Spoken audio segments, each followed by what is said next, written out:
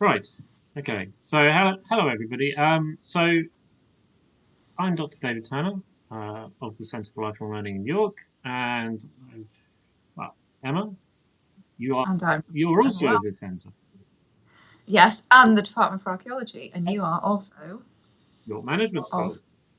So we are two academics from two different disciplines, but we have this very interesting overlap, which is well architecture and posters and yeah. So Emma, your interest is the architecture here, isn't it?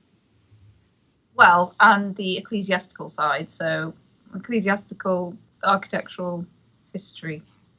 So we're just gonna talk about, well, Emma's going to talk about the ecclesiastical elements of the posters. I'm going to talk a bit more about the context about the posters creation, their development, and sort of how they work. So we actually decided to go for a poster that wasn't railways initially. So let's get on to the first one, which is, there we go, See Britain First by Shell, on Shell, which is Charles D. Fourquary of 1925. So, Emma, talk us through what we can see there. Well, we can see what I see. Yes, Durham Cathedral, and the watermill at the bottom. So this is the west end of the cathedral. So essentially, just to give people perspective where we are, the just to the if you're looking at the poster, just to the left is the castle palace green, and then you would go sort of you come into the cathedral at the other side. But these are the Great Western Towers, Galilee Chapel there, and as I say, the old watermill.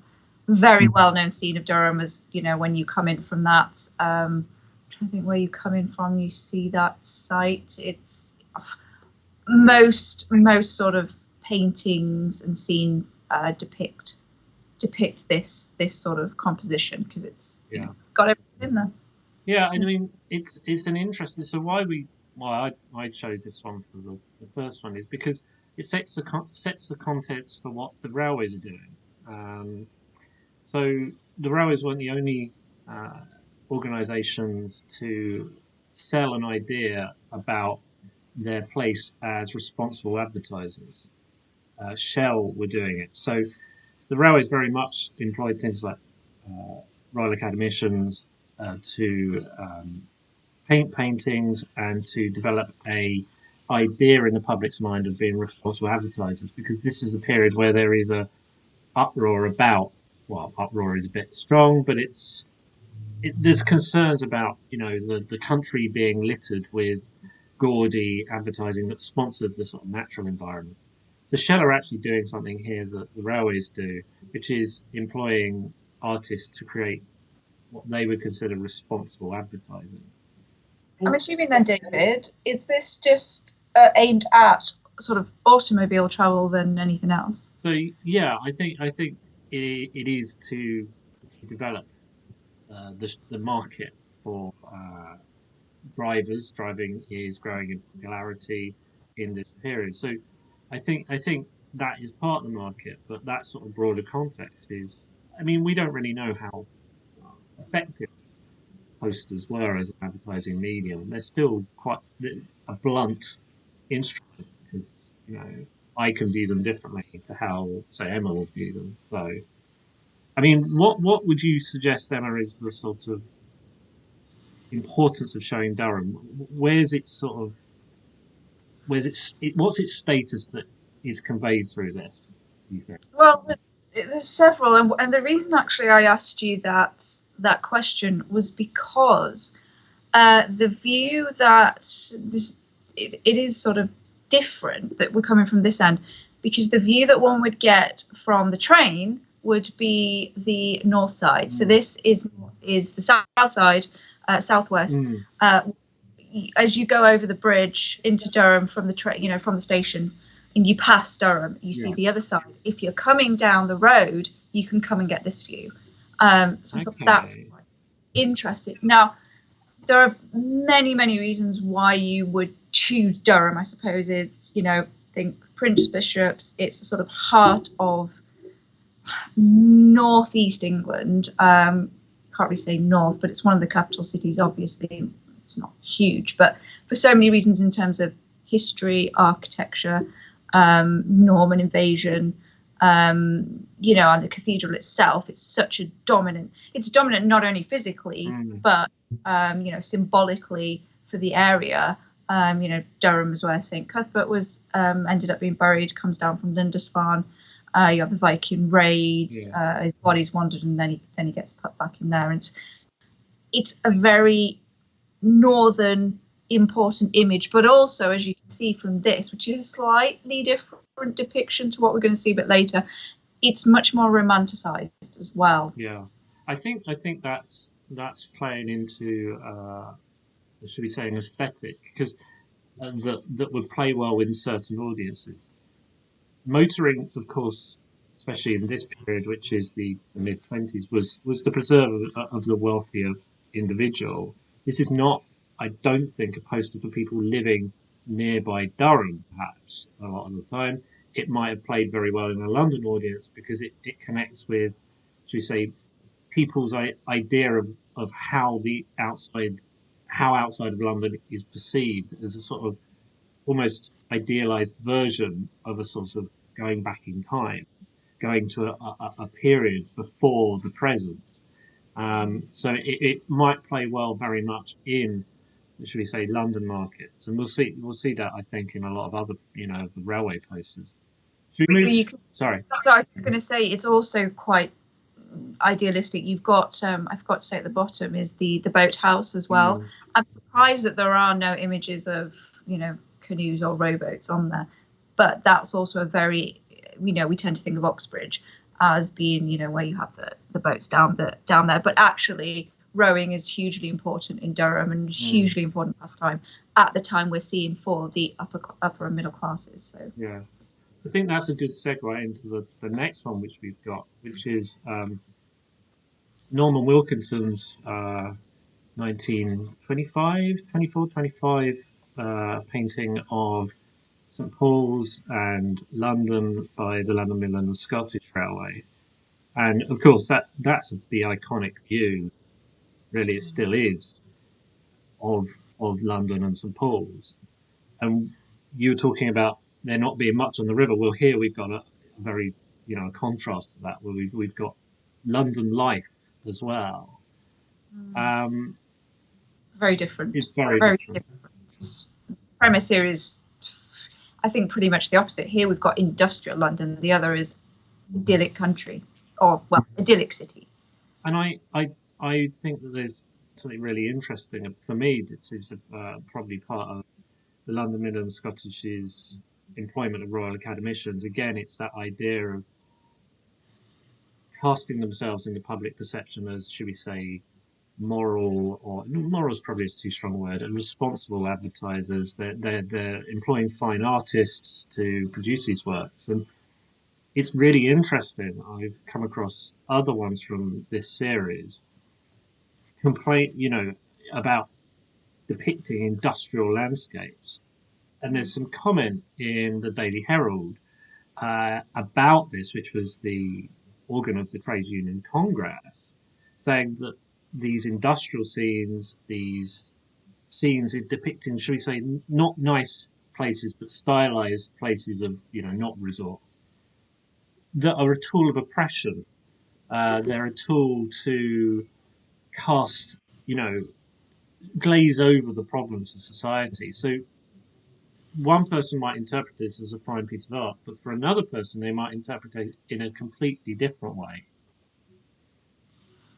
I mean, you can see it. There's sort of multitude of lenses, because at first one would look at it as the sort of hustle and bustle and thriving enterprise that was London at this time. Urban sprawl, but also industrial, that sort of industrial infrastructure. Everyone's on the go. If you look, everyone's on the boat on the go. There's are there buses there? There's London buses, yeah. Let me have a look. It's quite possible they're trams. Yeah, okay. Well, yeah, all tram fans out there. Yeah.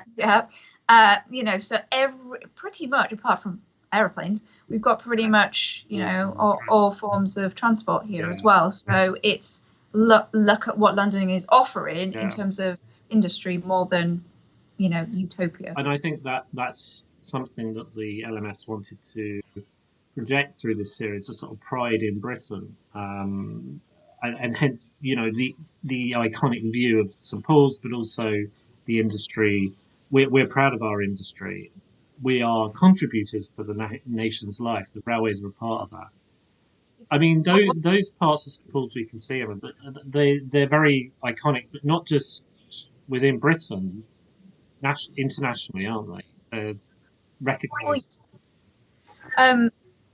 That sort of rotunda. I mean, what I find really interesting as well is look at all the smoke and the fire in the background. And obviously, I mean, this is my art historical hat on here, but we've got St Paul's next to that, and St Paul's was obviously built by Wren after the fire, Great Fire of London. So it's almost like we have risen from the ashes. We are this sort of, phoenix of industry, and we've overcome all this, and you can see our history, and this is where we're going in the future as the sort of transport literally moves out across the bridge. Yeah.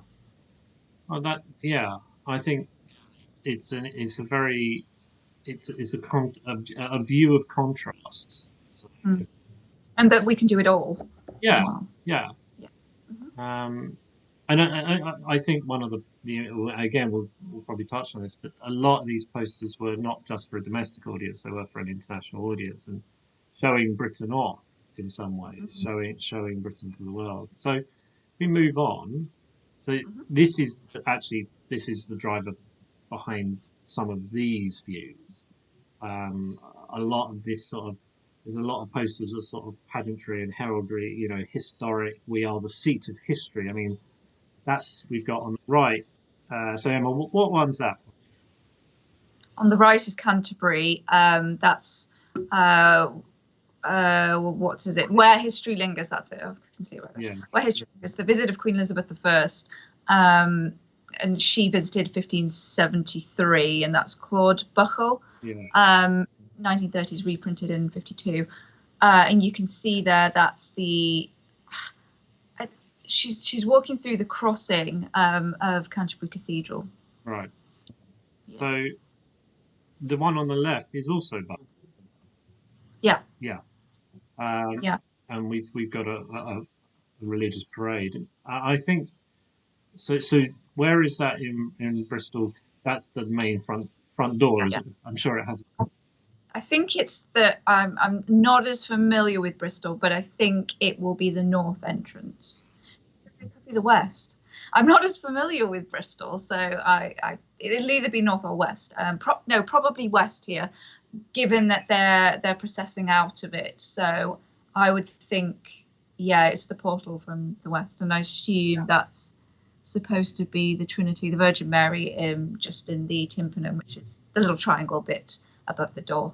I mean, this raises a very sort of interesting point about sort of how the cathedrals were perceived in the 20s, 30s, and later early post-war period as sort of these, or the railways are trying to depict them as a sort of very sort of central to the heritage and history, aren't they? They're, the centre of towns is the cathedral. Yeah.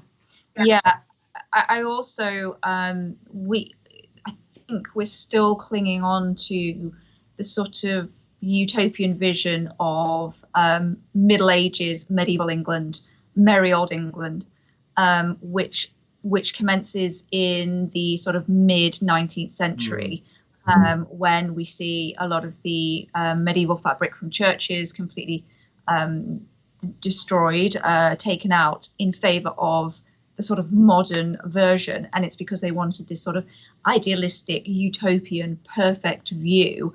And as I say, going back in time was that. It was what England is known for, as the right one's called, where history lingers. You can physically touch where Elizabeth I touched, or walk in her footsteps, and these great figures of the past. Yeah. And now the Church in England, the Church of England, as it became. Although I find the word lingers quite interesting. It's an interesting choice of word, because there is always this sort of tension in British culture that Alison Light sort of touched on, called conservative modernity. The sort of tension between modernity on the one hand, Britain trying to show itself as a modern, forth, forthright, forward-looking country, and a traditionalism and a preservationism as sort of, there's always that tension, and lingers suggests to me that might be slightly trying to.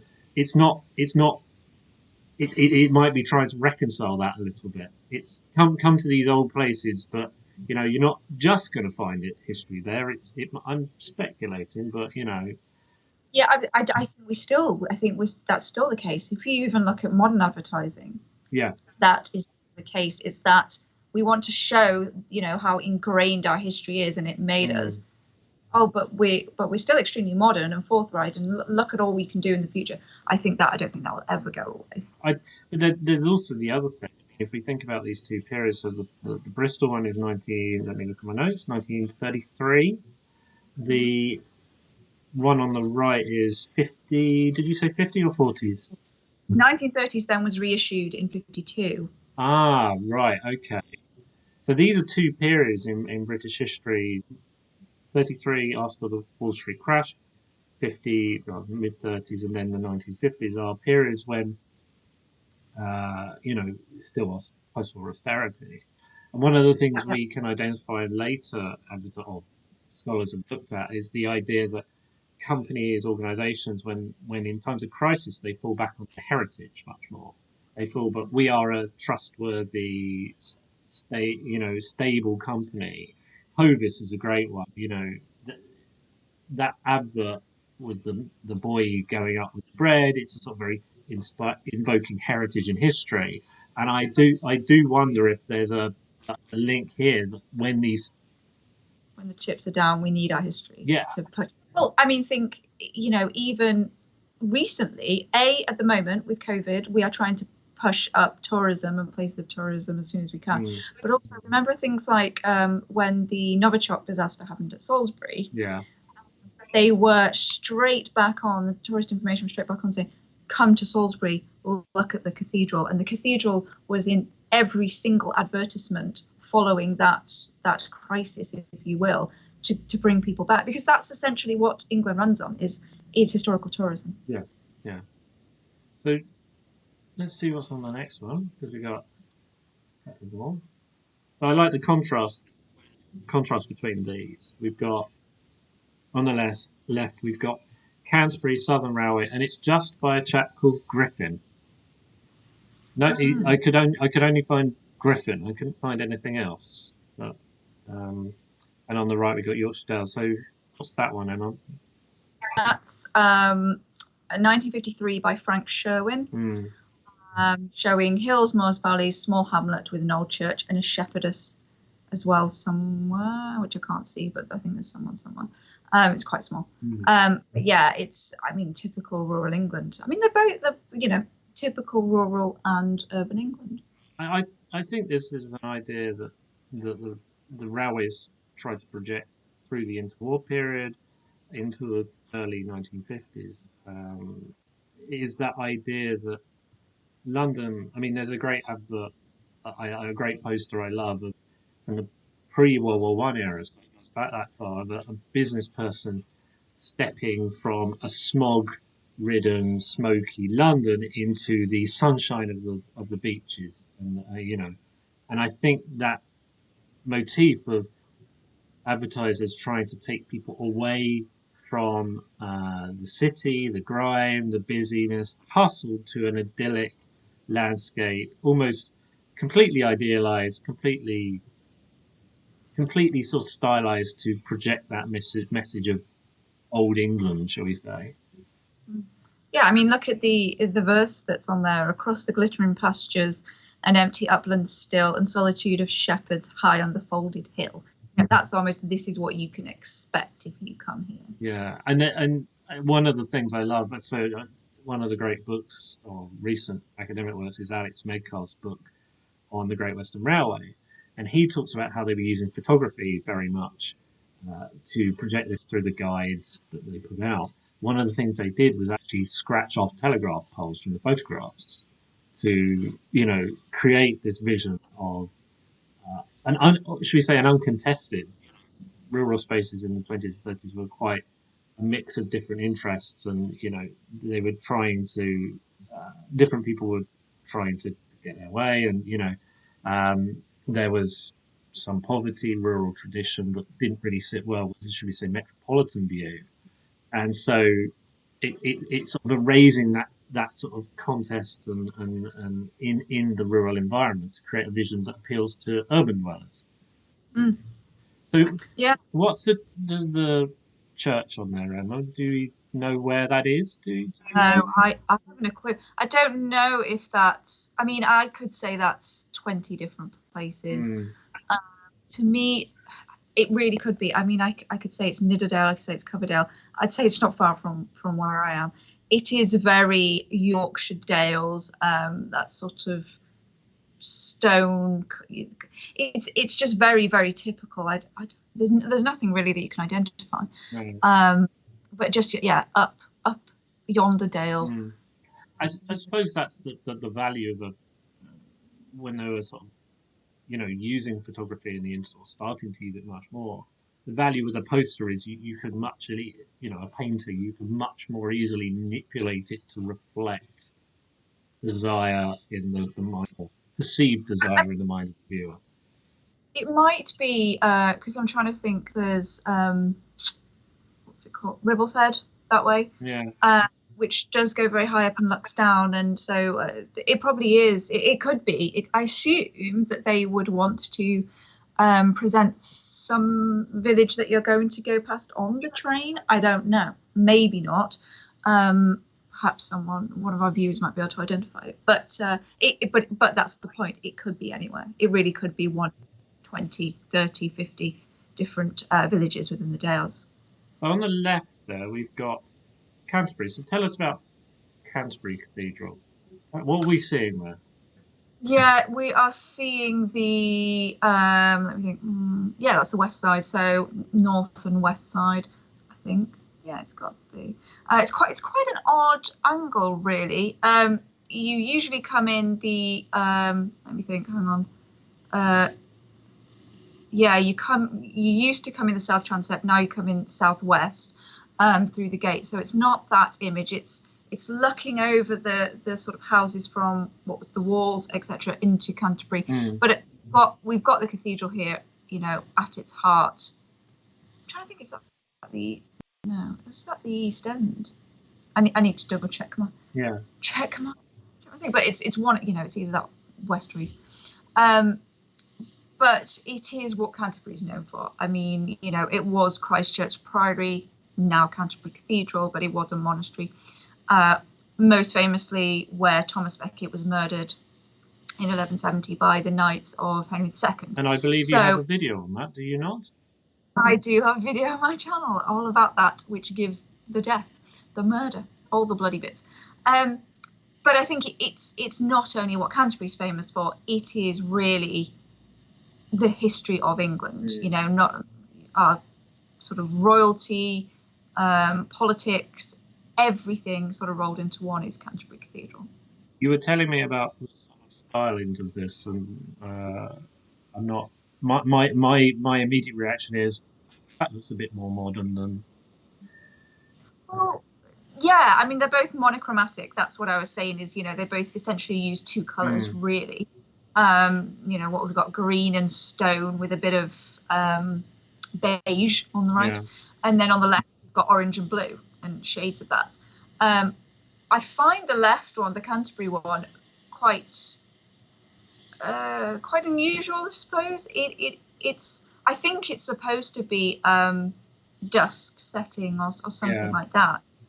The sun coming down and that. I mean, it's blues and oranges is, I don't know what we can make of. Yeah, I mean, it's from my perspective, sort of, it's interesting that they have chosen to do that, because it strikes me that it's the Southern Railway, was known for this sort of very modern aesthetic. They're the Southern Electric brand, which promoted living and commuting on the Southern or going on holiday on the Southern.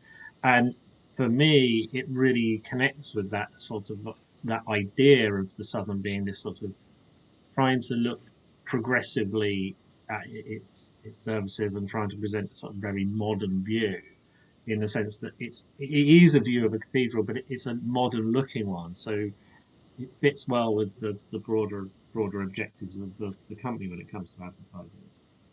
What I would also pick out as well is I think there is. I don't think it's a coincidence that it's subtle but almost red, white, and blue.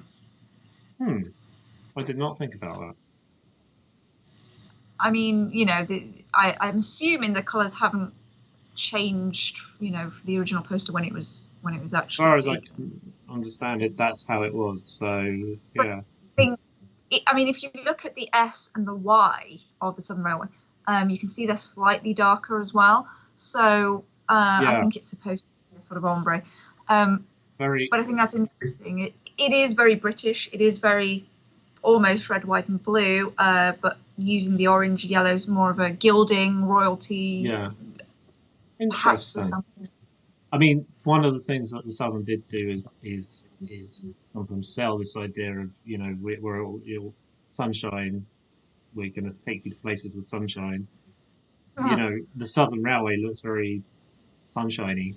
If you as well, so it might be something to do with that. I mean, this is of course the problem with a lot of railway posters that you just want to get the artist and go, what were you thinking right now when you were painting that? That's what we all want to do, but is it? You'll have to tell me this. Does it at all reflect Southern Railway's insignia at that time? Well, the Southern Railways, they used the Southern Railway letters like that all over the place. That's their Blue and orange. No, usually green. Green was its colour. So it is slight divergence from that. The text is the same text, but it was in green usually. So yeah. So maybe it is deliberate then that they are selling this kind of British Empire sort of thing. Possibly. Last two, you've got Stratford upon Avon, which is we'll talk about the York one, I think last because it's a bit fun. Yeah. But Stratford upon Avon, what's there? We have here. Well, we're not quite sure who it's by. What did I say? I think it's Kenneth Steele. I'm not sure, 30s. But we cannot. You tell me. It's not one of the later ones, is it? It's got to be 30s, I would say. I think it is 30s. I was looking it up, and I found some dates about posters. There was a whole series of Stratford posters put out, but they were all what I found was in the 30s, but I couldn't guarantee that. What's interesting though is the painting is, to me, is more 19th century. So I don't know what I'm assuming this must be Holy Trinity Church in Stratford as well, where Shakespeare's memorial is. I mean, it's again. I mean, you're selling, as it says, birthplace of the bard. It is. I mean, that's what not only as Brits, but particularly, I would say more across the Channel. Yeah, I think Middle England. There's a big American audience for a lot of this stuff as well. Yeah. They were selling hard in the United States. And the other thing also is that they were selling these posters. You could buy them. And there's a market there. I mean, what I find interesting is it's jointly produced by the Great Western and the LNER. This is a competitive venture because the LMS also served Stratford.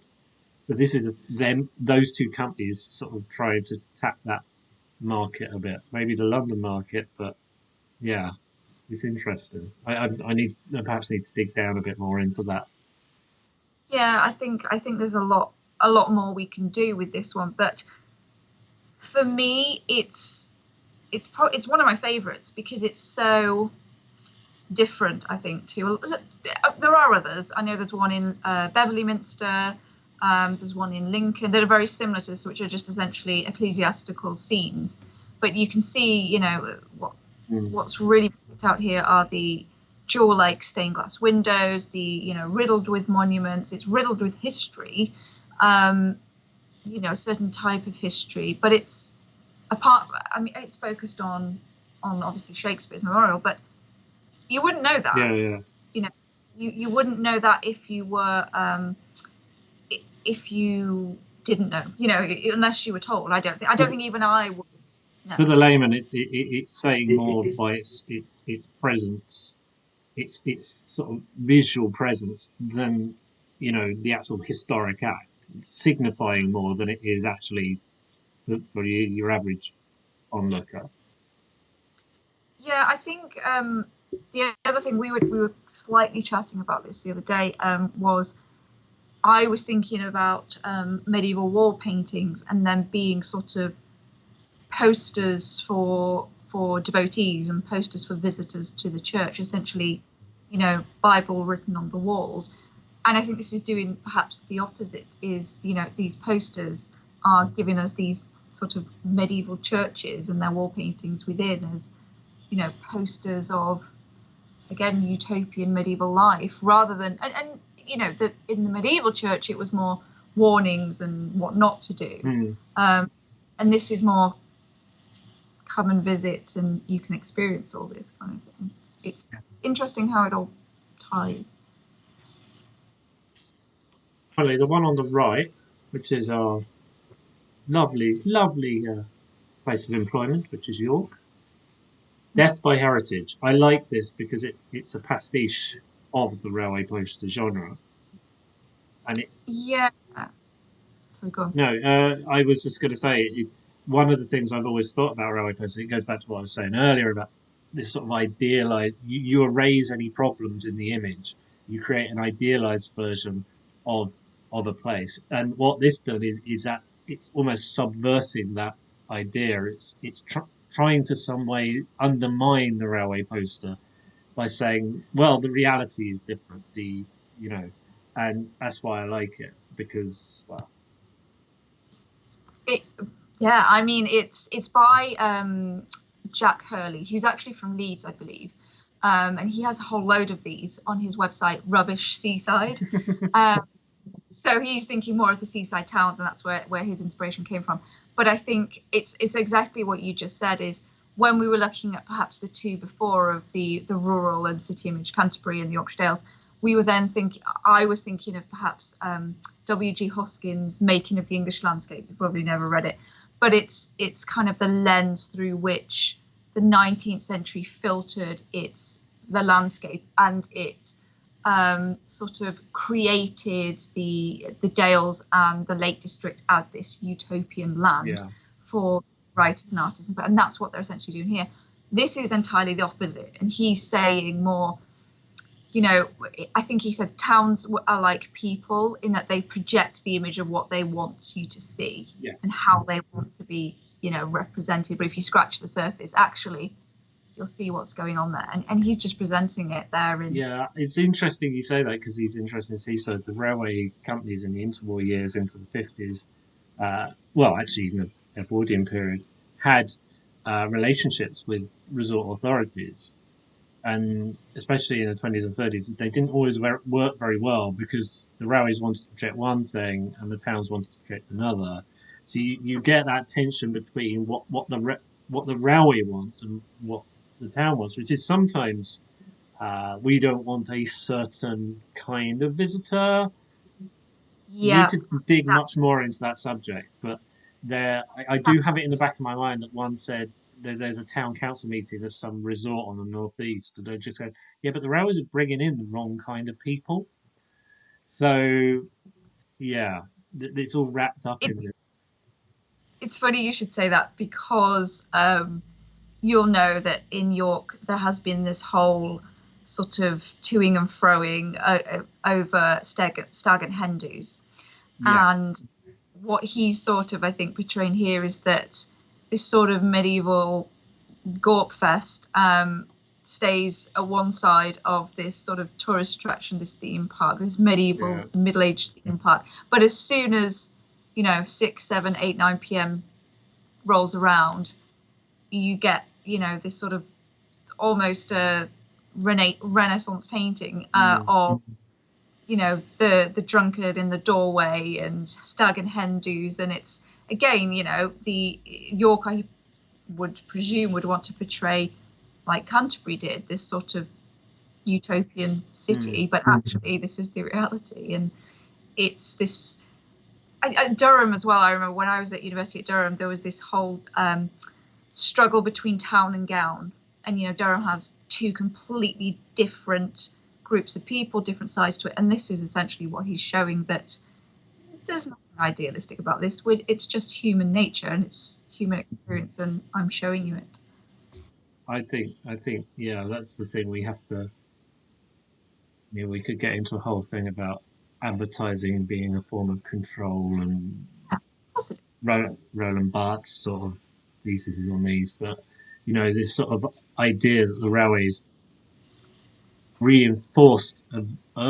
sometimes reinforced an urban vision of Britain, along with companies like Shell and other advertisers. They're all reinforcing a certain vision that filters down to us today about the British landscape and the British nation, which is uncontested in the imagery. There's no problems, there's no issues, there's no poverty, which was of course a huge problem in the interwar years.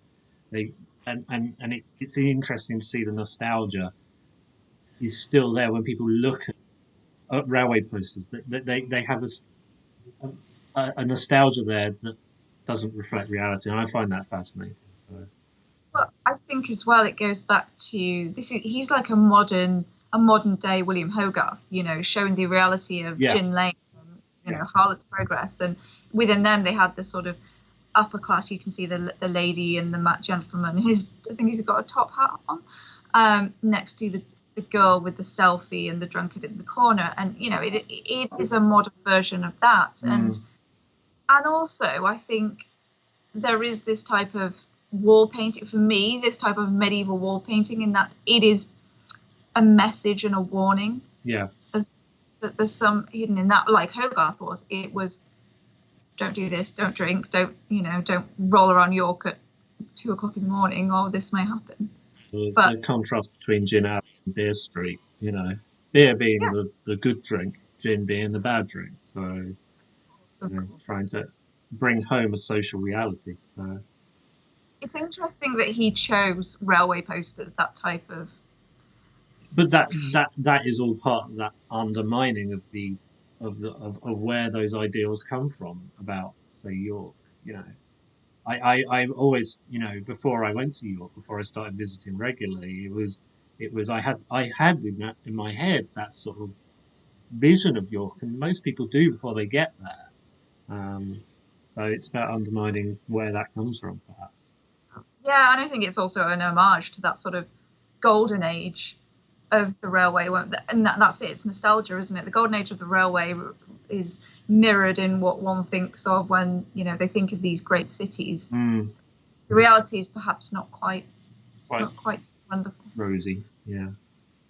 So I mean, we've got through. We might as well talk about those things we do every now and again. Yes, those things. Those things we do. So Emma, tell us about the two. Well, this is the advert part, people. So tell us about your PG Dip and Parish Churches, just brief.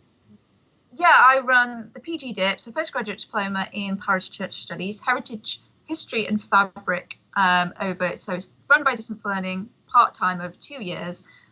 We cover everything from pretty much the Anglo-Saxon era, so creation and origin of the parish church and minsters, etc., all the way through to the modern day, and how we need to, what we should be doing to conserve churches and keep them going, and all churchyards as well, not just the church building, but churchyards, art, architecture, conservation, everything you can think of. It certainly just isn't art, historical, or architectural history.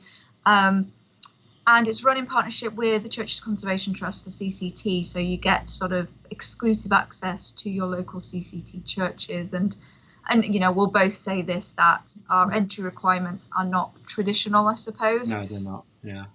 They are much more open access. If you don't have a first degree, that's not necessarily a problem. Applications are on a case-by-case basis. You may be asked to write an essay or such like. Yeah. So if you're interested, do apply. It's certainly not just those who have just finished their bachelor's degree. We have, retirees. We have people who wanted to change career paths. We have people who are just wanting to learn, who are already in these career sectors, who just want to progress. I think much of that applies to my own course, the MA in Railway Studies, 3 years online. It's got a dissertation year on the end, but we cover everything. A large amount of what we're talking about today, we are talking about, we discuss and we look at everything from the political, social, cultural, economic, you name it, technological history of the railways. It's very good for people who maybe want to do something after they've retired. Perhaps we've got a lot of people who just want to expand what they know, but also we've got practitioners on the course, people who want to understand railway politics better, who want to inform their activities on heritage railways even. So there's a range of students, and we have residential weekends. Emma, you have residential weekends, don't you, as well? Yeah, parish churches in York. We look around churches, we speak to experts, have lectures. Yeah. It's summer of my first year at mine is. We have a residential in February, which is at the National Railway Museum, and that's a lot of fun. Get your hands on documents, get talks from academics, and just meet people. So Emma, finally, your other course. Yeah, this is an MA, a master's degree in English building history. So we're exploring, as it says, England's rich architectural history, but we're not exploring it from an architectural historical perspective. It's very much an interdisciplinary course. So we look at art, architecture, literature, archaeology, and everything in between. Really, it's again pretty much the sort of Anglo-Saxon era to the modern day as well. And we look at we sort of go through chronologically, but we end with much more of a public history module and how buildings are used in film and television and imagery, posters, things like that, and advertising. This is run again completely online via distance learning. 3 years, because for the MA, again, like David's, we have the third year devoted to the dissertation, which is run over in the Department of Archaeology. And pretty much everything else applies. We have a lot of people doing this who are perhaps more in careers or wanting to change careers. But again, it's open to all. We have open access, and we have a residential in summer of the first year. We do mini conferences, we do building survey, we look around buildings and just eat cake and have fun. Yeah, cool. So, I'll go back to this. Thank you, everybody, for getting this far and watching all this. And, hopefully, if the courses interest you, go on the websites and contact us. And don't forget, be a tree. Be a tree. That's our motto. That's a motto. It's a joke. In joke.